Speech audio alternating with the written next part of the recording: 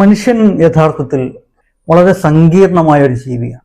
ചെറിയ കാര്യങ്ങളിൽ സന്തോഷിക്കുകയും വളരെ ചെറിയ കാര്യങ്ങളിൽ പരിതപിക്കുകയും ദുഃഖിക്കുകയും ഒക്കെ ചെയ്യുന്ന ഒരു അത്ഭുതകരമായ ജീവി.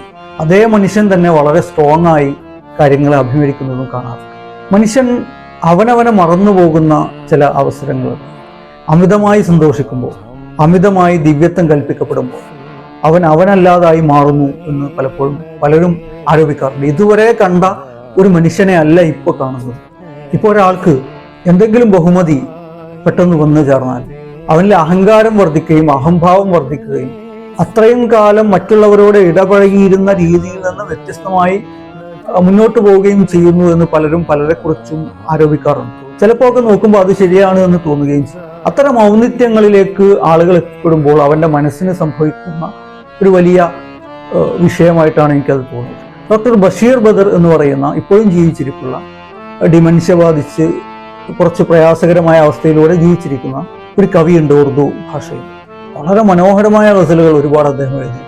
അദ്ദേഹം ഇപ്പറഞ്ഞ ദിവ്യത്വം വന്നു ചേരാതിരിക്കാൻ വേണ്ടി പ്രാർത്ഥിച്ചുകൊണ്ട് തുടങ്ങുന്ന ഒരു ഗസലുണ്ട്. ഖുദാ ഹംകോ ഐസി ഖുദായി ന ദേ കി അപ്നെ സിവാ കുച്ച് ദിഖായി ന ദേ.